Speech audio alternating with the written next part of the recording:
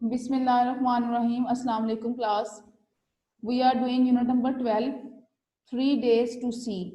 And as you all know that this is the last unit of our textbook. 3 days to see we have started in our last class and I have told you the story, the text.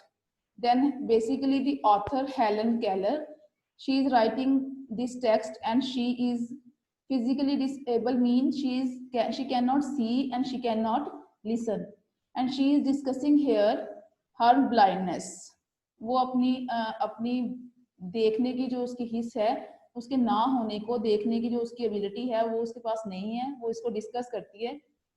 She is telling us in this text that many people who have their eyes, जिनके पास आंखें हैं, जो देख सकते हैं, वो दुनिया की खूबसूरती को देखने को प्रेफर नहीं करते. उनकी फर्स्ट प्रायोरिटी जो है वो दुनिया या नेचर की खूबसूरती देखना नहीं होता. वो लोगों को इस बात पे कायल करने की कोशिश करती है कि लोगों को जो है वो अपने इर्द गिर्द की चीज़ों को देखने के लिए टाइम निकालना चाहिए, स्पेशली नेचर को देखने के लिए जो है वो टाइम निकालना चाहिए. वो इस बात की शिकायत भी करती है कि जिन लोगों के पास आंखें हैं वो चीज़ों को बहुत सतही तौर पर देखते हैं, उनको अप्रिशिएट नहीं करते. फिर वो लोगों को नसीहत करती है कि जिनके पास आंखें हैं, जो दुनिया को रोज देखते हैं, उन्हें कम से कम दुनिया की खूबसूरती को गहराई में जाके देखना चाहिए और अप्रिशिएट करना चाहिए दुनिया की खूबसूरती को. First 6 paragraphs students we have done in our last class. Now today from paragraph number 7 we are going to start our text. The following morning means yes, one more important thing, then one day she is challenging the people or she is saying to people then if she has eyes, या उसे कहीं से आंखें मिल जाएं सिर्फ 3 दिनों के लिए, तो यहाँ पे अपनी ख्वाहिशों का इजहार कर रही है. she is telling us then what she will do on first day, then second day and then third day. This all we have completed in last class. Now she is telling us her last day, third day of sight. वो अपने आखिरी दिन के बारे में जो है वो बता रही है. Paragraph number 6 we have completed. Now paragraph number 7. She is telling then what she will do if she will have eyes for 3 days to see the nature or to see the bird. The following morning, उस सुबह यानी तीसरे दिन में जो बात उसने 6 paragraph में शुरू की, उसी दिन उसी सुबह I should greet the dawn. मुझे मिलना चाहिए सूरज के साथ. ग्रीट मिलना चाहिए सूरज के साथ. सुबह को निकलते हुआ सूरज, उसको बोलते हैं डान. उभरते हुए या तलू होते हुए सूरज के साथ मिलना चाहिए. एनेक्सियस टू डिस्कवर, पुरजोश होना चाहिए दरियाफ्त करने के लिए. न्यू डिलाइट्स, नई खुशियां. For I am sure that, जिनके लिए मुझे यकीन है कि. For those who have eyes, कि जिनके पास आंखें हैं. विच रियली सी, जो यकीनी तौर पर देख सकते हैं. द डॉन, उभरते हुए या तलू होते हुए सूरज को. ऑफ ईच डे, ने, हर एक दिन. मस्ट बी परफेक्टली, हो जरूर होना चाहिए उनके लिए मुकम्मल तौर पर. New revolution of beauty, revolution of beauty खूबसूरती का ज़हूर, खूबसूरती का ज़हूर. इसमें मुझे इस बात का यकीन है, उस सुबह मुझे तलू होते हुए सूरज से मिलना चाहिए. दरियाफ्त के लिए पुरजोश होना चाहिए, नई चीज़ों, नई खुशियों के लिए. मुझे इस बात का यकीन है कि वो लोग जिनके पास आंखें हैं देखने के लिए, उनके लिए हर एक नया दिन, हर एक दिन नए उभरते हुए सूरज के साथ या नए तलू होते हुए सूरज के साथ एक मुकम्मल तौर पर नई खूबसूरती का ज़हूर होगा. This according to the terms of my miracle, this according to the terms, ये मेरे हिसाब से, ऑफ माई मिरेकल, मेरे मोजज़े के हिसाबो किताब से. Is to be my third and last day of sight, ये मेरी जिंदगी का देखने का आखिरी और तीसरा दिन होगा. Mean when she is saying then when I will see the dawn, मैं जब तलू होते हुए सूरज को देखूंगी, तो जिनके पास आंखें हैं मुझे यकीन है कि उनके लिए तो हर रोज ही खूबसूरती का ज़हूर होगा, लेकिन मेरे लिए, मेरे हिसाब से, मेरे इस मोर्चे में तीसरा और आखिरी दिन होगा. What does the revolution of beauty means to her? उसका क्या मतलब है इस फ्रेज से, revolution of beauty? Revolution of beauty means full of beauty, full of colors, full of charm, full of fascination, you can say that imagination or excitement, with the full of colors, with full of beauty. revelation of beauty, खूबसूरती का ज़हूर होना. Mean हर रोज किसी चीज का मजीद खूबसूरत होकर हमारे सामने आना. I shall have no time to waste in regret of longing. longing mean हसरतों में, ख्वाहिशों में. मैं regret मतलब पछताना. मैं अब मेरे I shall have no time, मेरे पास ज़्यादा टाइम नहीं होगा. पछताने के लिए हसरतों के बारे में सोच के पछताने के लिए मेरे पास ज्यादा टाइम नहीं होगा, या I shall not have time to waste करने के लिए। There is so much to see, बहुत कुछ यहाँ पर देखने के लिए है। द फर्स्ट डे, पहले दिन, आई डिवोटेड टू माई फ्रेंड्स, पहला दिन मैं अपने दोस्तों के लिए मैंने अपना पहला दिन दोस्तों के लिए वक़्फ किया। एनिमेट एंड इनएनिमेट, जानदार दोस्तों के लिए और बेजान दोस्तों के लिए भी। द सेकंड रिवील्ड, दूसरा दिन लेकर आया टू मी, मेरे लिए, the history of man and nature, इंसानों और फितरत की तारीख को। दूसरा दिन मेरे सामने इंसान और फितरत की, कुदरत की तारीख को खोल देगा। रिवील्ड लेकर आएगा मेरे सामने, खोल देगा। Today I shall open spend in the work day, this is adjective. Work day mean मैं डेली रूटीन, रोजमर्रा के काम। वर्ड ऑफ द प्रेजेंट में आज का दिन मैं आजकल की दुनिया के हिसाब से रोजमर्रा के कामों में गुजारूंगी। Amid the haunts of man, amid दरमियान, द हंट्स ऑफ मैन इंसान की पसंदीदा जगहों पर। Going about the business of life, जो कि जिंदगी के कारोबार को, जो वो लोग जो जिंदगी के कारोबार में मसरूफ हैं, उन लोगों के दरमियान, ऐसे लोगों के दरमियान जो कि जिंदगी के कारोबार में मसरूफ है, उनकी पसंदीदा तरीन जगहों पर गुजारूंगी। And where can one find so many activities and conditions of man, और and where can one find, और कहाँ से कोई शख्स तलाश कर सकता है, सो मैनी एक्टिविटीज, बहुत सी सरगर्मियां, एंड कंडीशंस, और हालात ऑफ मैन, इंसान के। और एक शख्स कैसे बहुत से हालात और सरगर्मियों को तलाश कर सकता है इंसानों के, एज ए न्यूयॉर्क, जब एज ए न्यूयॉर्क, जैसे कि वो न्यूयॉर्क भी हो। She is asking a question कि जब कोई एक शख्स, जबकि वो न्यूयॉर्क में हो, New York is the city name, जब वो कोई शख्स न्यूयॉर्क में हो तो वो किस तरह से बहुत से इंसानों के बारे में, बहुत सी सरगर्मियां और उनके हालात के बारे में जान सकता है। Because it's busiest city of the world, people have no enough time to see or to look others conditions or to look other activities and what other people are doing here. That's why she is saying कि when कि अगर कोई शख्स New York में हो तो उसके पास किस तरह से बहुत ज़्यादा टाइम हो सकता है कि वो बहुत सी सरगर्मियों और हालात, इंसानों के हालात के बारे में जाने। सो सिटी बिकम्स माई डेस्टिनेशन, तो ये शहर जो है, so the city becomes my destination, destination मंजिल, तो ये शहर मेरी मंजिल बन जाता है। Why was she has no time to waste in longings? Very simple, because this is her last day to sight. ये उसका आखिरी दिन है देखने के लिए। That's why she is thinking that she should not waste the time in the longings, or she should not feel regret.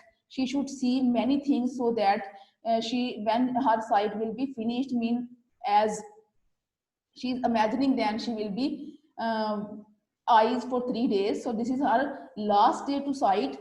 This is her last day to see. That's why she is thinking that she should not waste the time in longings. Excuse me. Now and then, कभी कभी I have tested my seeing friends, मैं अपने उन दोस्तों को test करती हूँ, दोस्तों को चेक करती हूँ, to discover what they see. जो आंखें रखने वाले दोस्तों को चेक करती हूँ कि वो क्या दरियाफ्त करते हैं, उन्होंने क्या देखा है।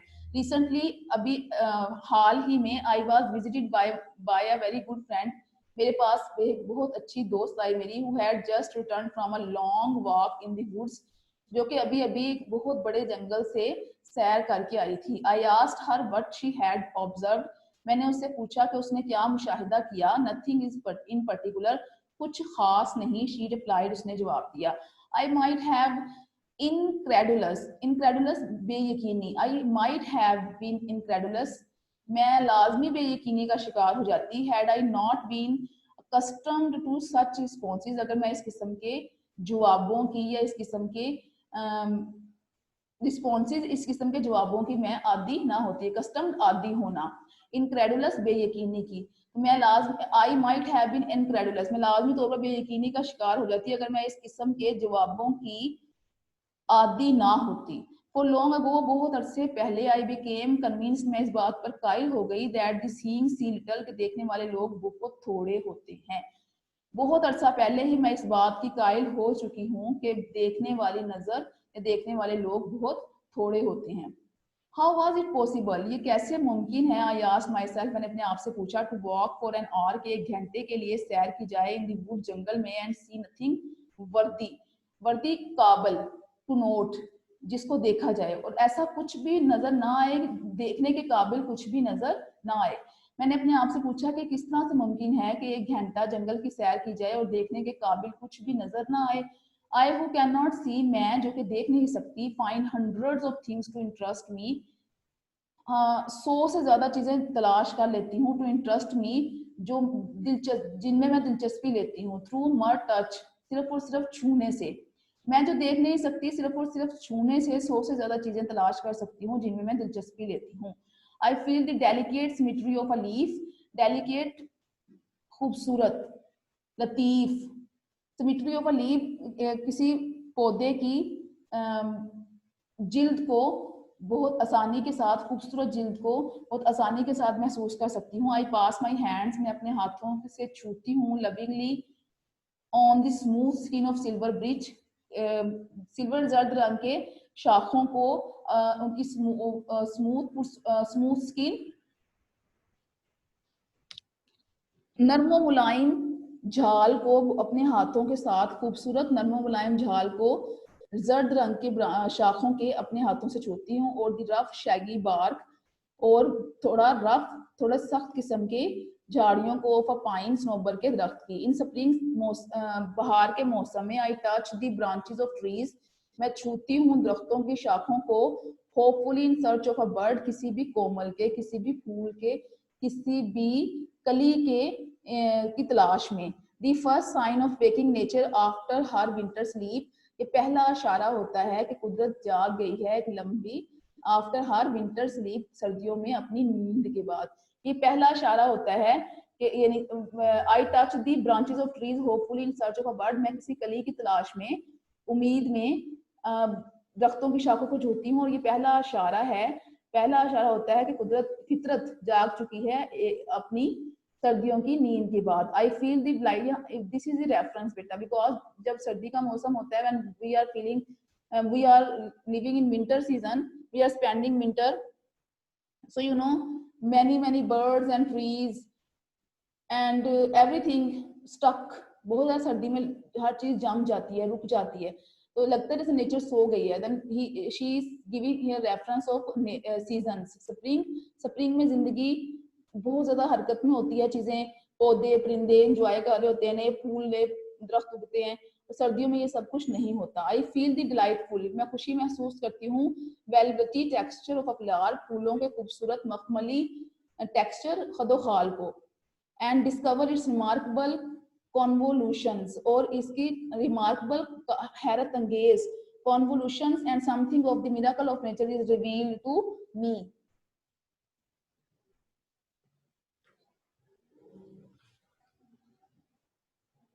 कॉन्वोल्यूशंस mean तहें।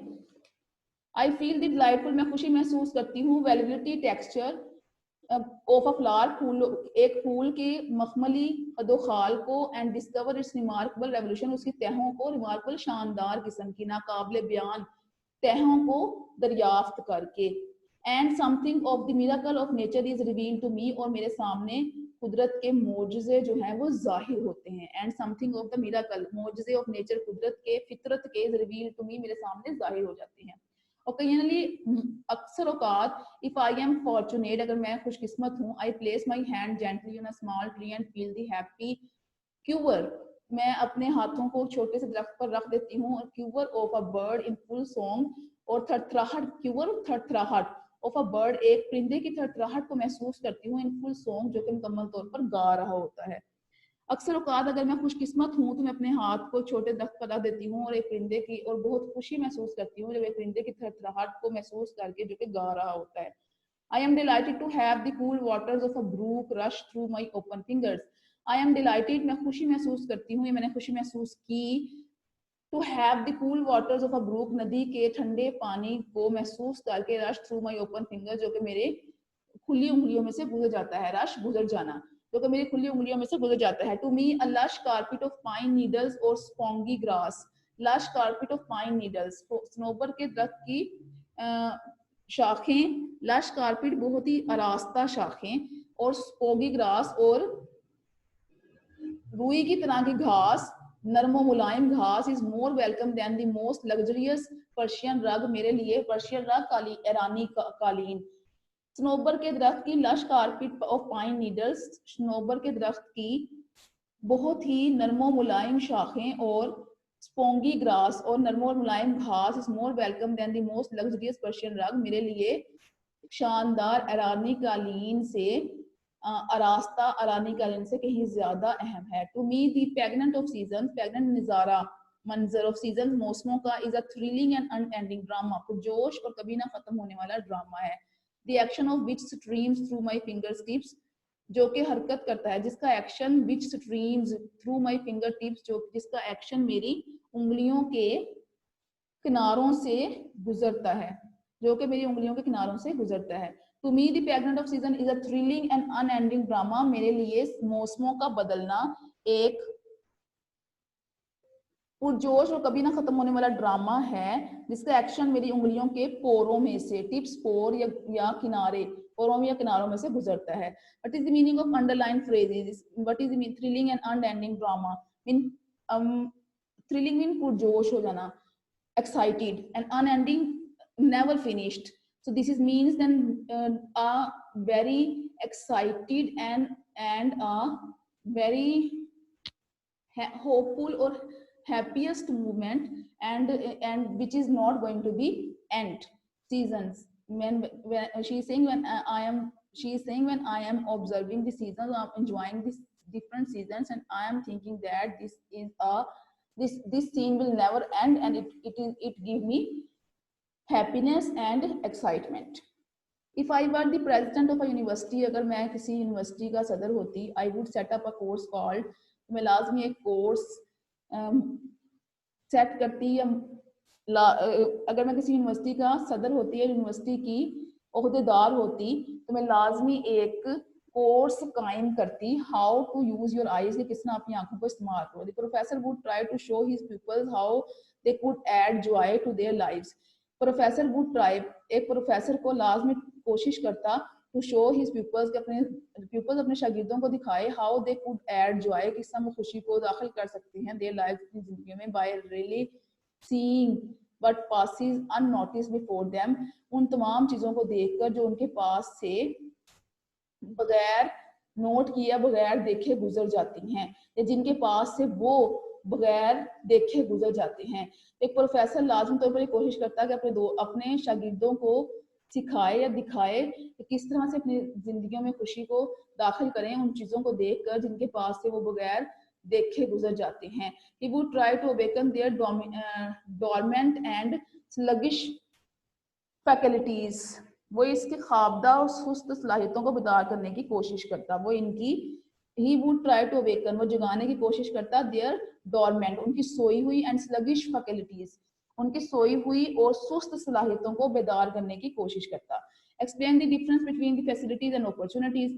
Facilities, what is the difference between facilities and opportunities? Opportunities means chances to do something, and facilities means your comfort, the things which provide you comfort or which add comfort in your lives called facilities, and opportunities the chances to do something new. These all block questions. Question number 1, all paragraph number 7, from paragraph number 7 we have started, and here are almost 3 to 4 block questions. Look at please. First is in paragraph number 7, 8 to, then it is paragraph number 10 and 11, 4 block questions and theme and the comprehension question glossary, and 4, 5 and 6 these question answers from the text comprehension. These question answers you will learn and write on your English notebooks, and translation you will learn just, and glossary you will learn. Block questions and comprehension question answers you will learn and you will write on your English notebook. Thank you so much and goodbye.